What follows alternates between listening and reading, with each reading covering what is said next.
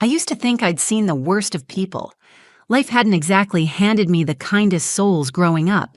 I was raised in a place where you had to grow tough skin just to survive. But nothing could have prepared me for what happened on Thanksgiving Day.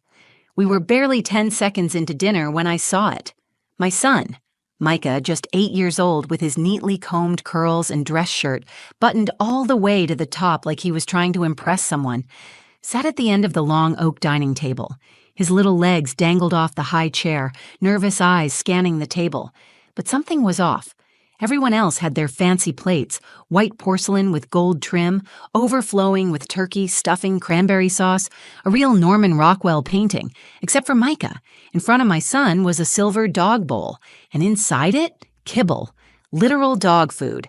At first, I thought it had to be some kind of mistake. Maybe someone thought it was funny. Maybe the kids were playing a prank. Maybe I was imagining it. But then I saw her, Evelyn, my mother-in-law, Garrett's mom, Micah's grandmother, if you could even call her that. She was sitting straight across from me, wine glass in hand, barely holding in a smug little smile. Her lipstick was perfect, her pearls didn't move when she spoke, and with a tone like she was complimenting the weather, she said, "A child from the slums doesn't need a feast." Just like that, in front of everyone. No shame, no hesitation. Micah froze. He looked down at the bowl, his shoulders tightening. He didn't cry. He didn't even say a word. But I saw it. The way his lip quivered, how he bit it to hold the tears back. He didn't want to embarrass me. That's who my son is. He holds in the hurt. Quietly. Always quietly. My stomach dropped. The room went completely silent. Forks hovered midair. My brother-in-law shifted awkwardly in his seat. My sister-in-law looked down, pretending not to hear. And Garrett, my husband, he just stared at his plate, like he always did when his mother took a cheap shot. Nobody said anything, not one person. It felt like time had frozen, like the world was waiting to see what I'd do. And in that moment, every version of myself battled inside me. The girl who'd grown up fighting to survive, the woman who'd fought to build a life, the mom who promised her son that he'd never feel small again. I didn't yell. I didn't scream. I didn't throw a glass like some woman in a soap opera. Instead, I stood up, calm, steady. I walked to my son. I knelt beside him and took his little hand in mine. It was cold, clammy, but he squeezed back. I looked up at Evelyn, right into those ice blue eyes.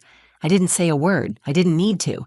And then I turned around, my son's hand in mine, and we walked out of that house, past the roast turkey, past the crystal chandeliers, past the stairs, down the hallway, out the front door, into the car, and drove away. Micah sat beside me, quiet, staring out the window. I could see his reflection in the glass, his little fists clenched in his lap.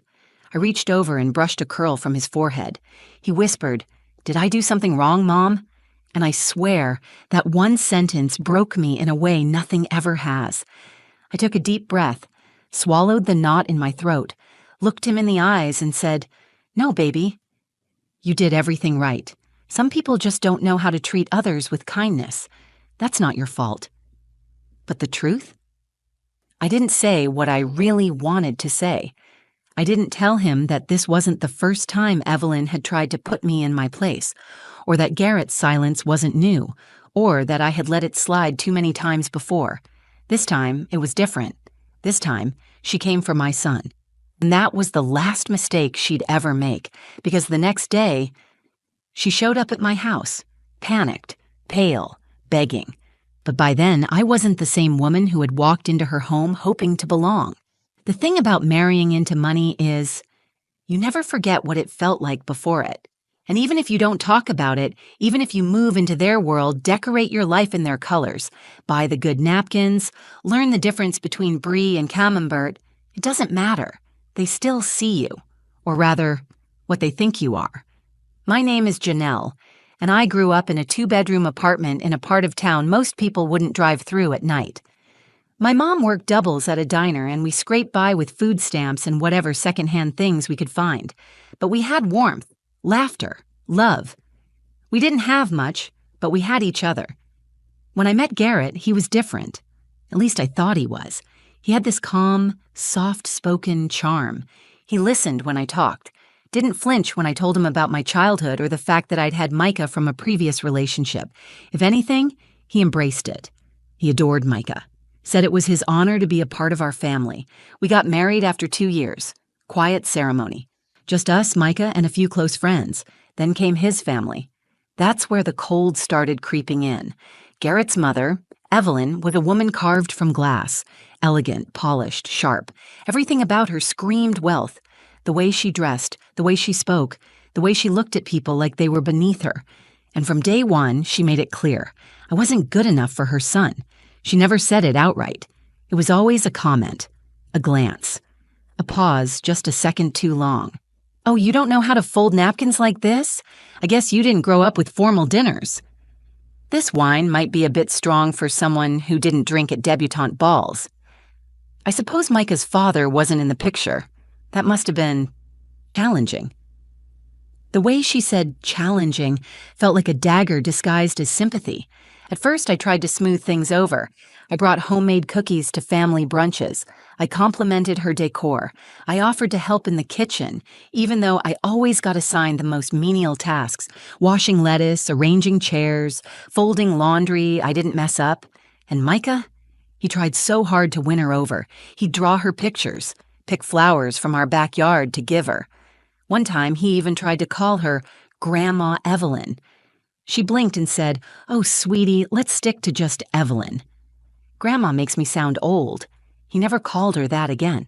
But still, every holiday, every birthday, every family event, I showed up. I smiled. I swallowed every cutting remark. Not for her, not even for Garrett, but for Micah. Because I wanted him to feel like he belonged somewhere. Because deep down, I hoped that maybe, just maybe, if we showed them enough kindness, they'd see us as family too. But with Evelyn, it was always a performance. And we were the ones failing the audition. By the time Thanksgiving rolled around, I'd almost convinced myself things were getting better. Garrett had started standing up for me more often. Subtle things like brushing off his mom's passive-aggressive remarks or offering to leave early if I looked uncomfortable. I told myself that was enough. That maybe, after all these years, we were finally starting to be accepted. That morning, we drove over early to help set the table. Evelyn didn't say much, but I thought I caught a trace of warmth in her voice when she greeted us. I even dared to feel hopeful. Micah wore the little blazer I'd bought him, a blue one with gold buttons. He looked so proud. He asked if he could carry the pumpkin pie we made together. I watched him walk up the stairs holding it carefully. His face lit up like this was the moment everything would change. And in a way, it did. Just not the way I expected. Because all it took was one seat, one bowl, one sentence. And everything I'd spent years holding together shattered right there on that perfectly arranged Thanksgiving table. But I didn't cry. Not yet. Because what Evelyn didn't know, what no one in that room realized, was that this wasn't the story of a woman being broken. This was the story of a woman who had finally had enough. The thing about betrayal is, it never happens in an instant. It builds, like slow poison. Looking back, I should have known something was off that day. Evelyn had been quieter than usual, too polite, too composed, like she was holding back something she was almost excited about.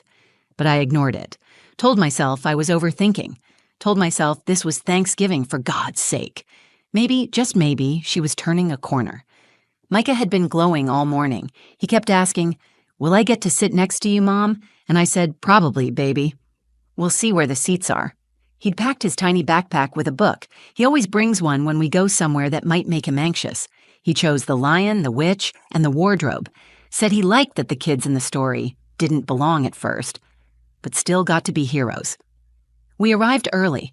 Evelyn greeted us at the door wearing a pale pink sweater set and a brooch shaped like a snowflake. Perfect, cold, decorative. She gave Garrett a cheek kiss. Me? She offered a nod. When she saw Micah, she said, "Well, look at you," then walked away before he could even answer. The house smelled like sage, butter, and rosemary. Classical music played softly in the background. Everything looked like it had come straight out of a lifestyle magazine. Gold-rimmed chargers, crystal goblets, individual name cards written in calligraphy. A stunning presentation. We helped set out the food. Well, I did. Garrett mostly followed Evelyn's lead, adjusting napkins or taste testing whatever she handed him. Then it was time for dinner. Evelyn called everyone to the table. She sat at the head, naturally. Garrett sat beside her. Her other son, Patrick, and his wife, Elise, sat across from each other mid-table, already chatting about some charity gala. I looked around for Micah's name card. I didn't see it, until I noticed the corner, far end of the table. A little off to the side, not quite part of the full place setting arrangement. I walked over, and my stomach dropped. There was no plate, no silverware, no linen napkin, just a shiny silver dog bowl. Inside it, brown lumps, kibble. Real dog food. I stood there, blinking, frozen in place. Micah trotted up behind me. "Is this my spot?" he asked, eyes wide, trying to sound excited. He saw it before I could stop him. His smile fell like a brick. Then came the voice, Evelyn's, clear and proud, like she'd been rehearsing it for days. "A child from the slums doesn't need a feast." Every word hit like a slap. Time stopped. Micah didn't cry. He just stared at the bowl, face slowly going blank. I saw it happening. The internal shutdown, like he was building a wall inside himself just to survive the moment. He bit his bottom lip, hard, and looked up at me. Just one silent question in his eyes. Why? And the worst part? No one said a word. Garrett looked frozen. Didn't move. Didn't even look at us. Elise took a sip of wine, eyes darting down. Patrick coughed. Even the dog laying by the fireplace sensed something had shifted. I wanted to scream, to flip the table, to ask Evelyn what kind of monster humiliates a child at Thanksgiving just to prove a point. But I didn't, because Micah was watching me. So I took a breath, and I chose dignity. I walked to his chair, got down on one knee, looked him in the eyes and said softly, "Let's go." He nodded. His little hand slipped into mine. We walked out of that perfect room in complete silence. Our footsteps were the only sound. I didn't even hear Evelyn speak again. Maybe she didn't. Maybe she thought she'd won. But what she didn't know was that I wasn't leaving in defeat. I was leaving to protect the one person in the world who actually mattered. We got in the car. I started the engine. My hands were shaking. I couldn't breathe. Micah didn't say anything for a long time. Then, barely above a whisper, he asked, "Did I embarrass you?" I slammed the brakes on my tears. I looked him dead in the eye and said, "No, baby, you are the only person in that house who made me proud." And I meant every word, because in that moment I realized I'd spent years walking on eggshells, shrinking myself, trying to keep peace with a woman who didn't even see us as human. But that night, as Micah fell asleep in my lap on the couch, I made a decision. She'd never get a second chance to hurt my son again. I didn't sleep that night. Micah had drifted off on the couch with his head in my lap, and I sat there, stroking his hair, staring at the TV without watching it. My body was still. My mind was not. I kept replaying it. Evelyn's smirk. That damn dog bowl. Garrett's silence. The food no one touched after we left. The clock ticking louder and louder as I sat there in the dark with a lump in my throat and a storm behind my ribs. You know how people say, that was the moment everything changed? They're right. Because that night something in me snapped, but not in a loud, chaotic way. No screaming, no punching walls. It was quieter than that, scarier. It was the kind of stillness that only comes when a woman stops doubting herself. I had bent too far, too long. And for what? To be tolerated? To be insulted behind French doors and white tablecloths, while my son, my beautiful, sensitive, brilliant boy, sat there wondering if he didn't deserve a real seat at the table? Number not anymore. I gently lifted Micah, carried him to his bed, tucked him in. He didn't stir. Not even when I kissed his forehead and whispered, "No one will ever make you feel small again, I promise." Then I walked to the kitchen, poured myself a glass of water, and pulled out my laptop. I didn't even know what I was searching for at first. Lawyers, maybe. Family therapists.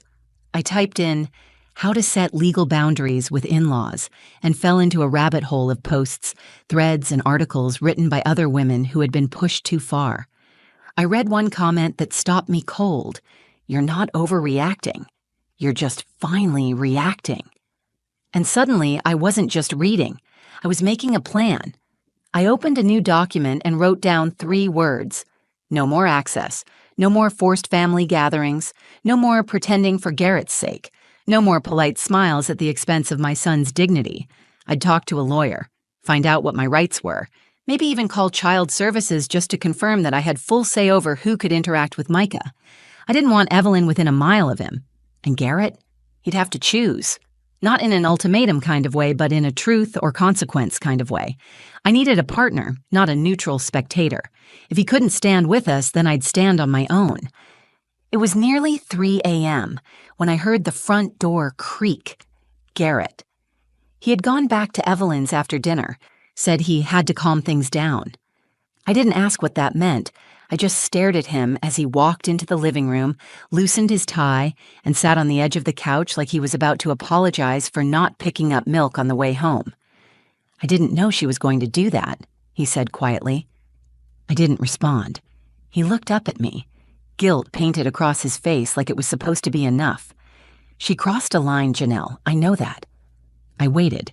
He hesitated, then finally added, I told her she's not welcome in our lives anymore. I told her she's done. That surprised me. I looked at him trying to figure out if he meant it or if this was just damage control. You should have said that years ago, I said. I know, he whispered. Then silence again. Not comfortable silence, truthful silence. The kind that makes or breaks everything. He stood up and started to walk away. Garrett, I called. He turned. If she shows up here, she doesn't come in. I mean it. He nodded. I understand. And then he went to bed, alone. I stayed up another hour, organizing everything in my head like I was about to go to war, because in a way, I was. Not out of revenge, not even out of anger, but because when someone hurts your child in front of you and smiles while doing it, that's the moment you stop hoping for peace and start demanding protection. I thought the storm had passed, but then, just after sunrise, the doorbell rang. I opened it, and there she was. Evelyn, hair undone, no pearls, no lipstick, face pale, hands shaking, voice trembling. I need to talk to you, she said. She stood on my doorstep like a ghost, bare-faced, hair frazzled, no designer coat, no carefully chosen brooch, just Evelyn, stripped of her armor. It was barely 7 a.m., and the sun hadn't fully risen. The cold bit through my pajama sleeves as I held the door just wide enough for her to see me, and not a step more. I need to talk to you, she said.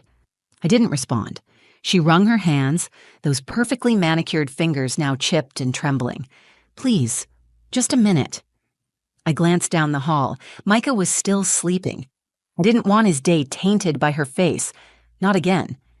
You can talk, I said, but you're not coming in. She blinked, clearly not used to being denied. Then something shifted in her expression. That smug, calculated gleam I'd seen so many times before was gone. In its place was something I never expected from her. Panic. I think I ruined everything, she said, voice shaking. He told me he never wanted to see me again.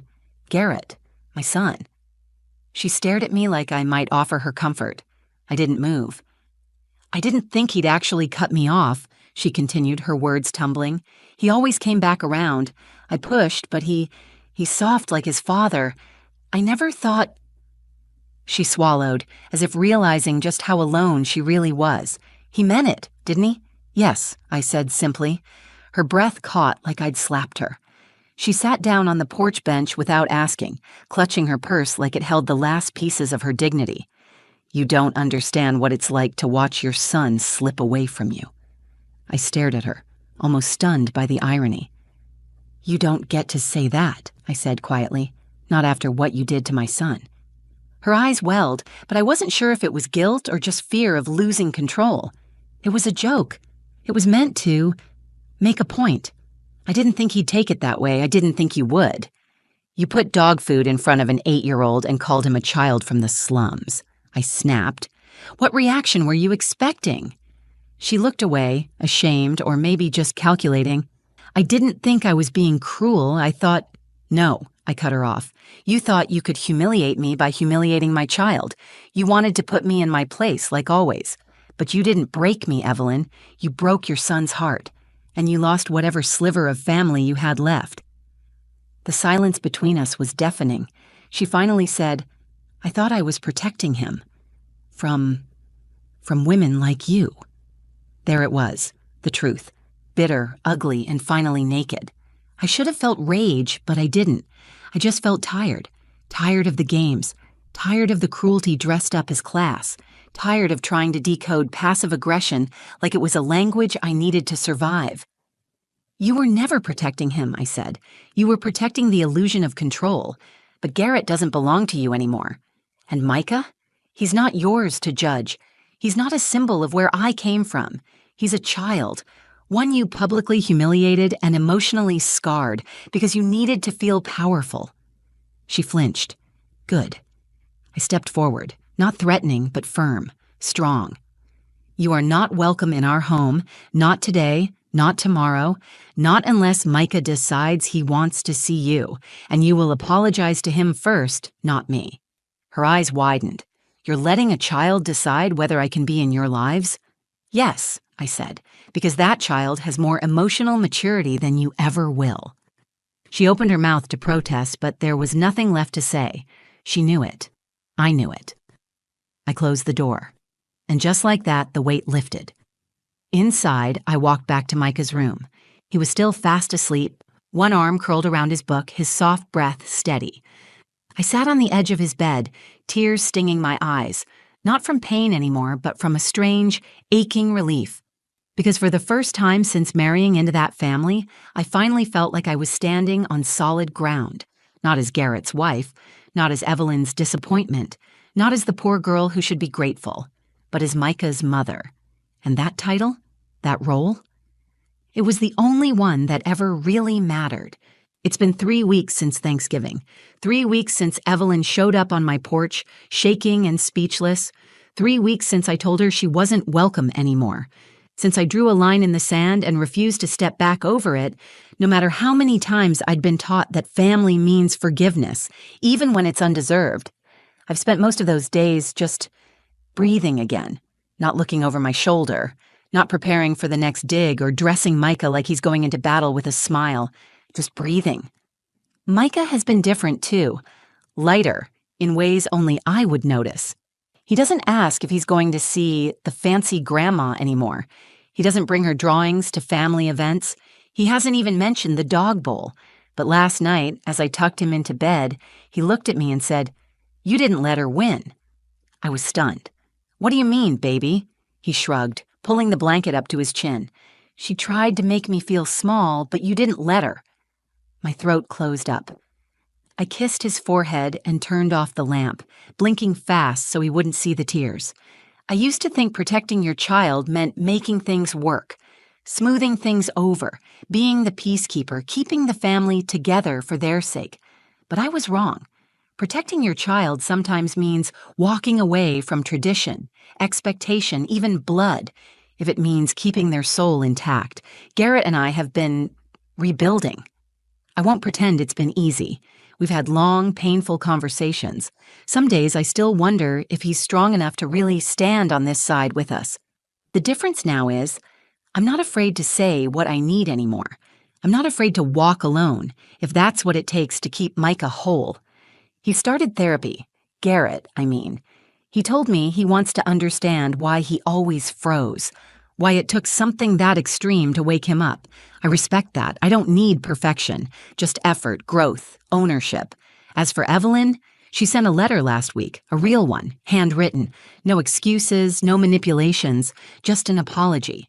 She wrote, "I thought my coldness made me strong. Now I see it only made me empty. I hurt Micah. I hurt you, and I don't know if I can ever fix that, but I will stay away until he says otherwise. I understand now. Your silence was strength, and I never had that." I haven't responded. I don't know if I ever will, because I realize something else in all this. Not every story needs a reconciliation to have a happy ending. Sometimes healing looks like distance. Sometimes closure looks like a locked door. And sometimes the healthiest thing you can do is stop trying to rewrite someone else's role in your life and start rewriting your own. Micah and I started a new tradition this year. The Saturday after Thanksgiving, just the two of us, we made a gratitude picnic on the living room floor. No formality, no place cards, just us in pajamas, eating leftover mac and cheese and talking about the things we were thankful for. He said, "I'm thankful for Mom not letting mean people stay." I said, "Me too." We laughed. We watched old cartoons. He read me a chapter from The Lion, the Witch, and the Wardrobe. I listened, and I thought about how that story ends, not just with a battle, but with 4 kids who finally realize their power, even when the world tells them they're small. That's what I want for him, to never forget his worth. To know that family isn't about bloodlines and dinner invitations. It's about safety, respect, love that doesn't humiliate or demand that you shrink yourself to fit in. So if you're watching this and you've ever felt the need to endure someone's cruelty because they're family, please hear this. You're allowed to walk away. You're allowed to protect your peace. You're allowed to protect your children.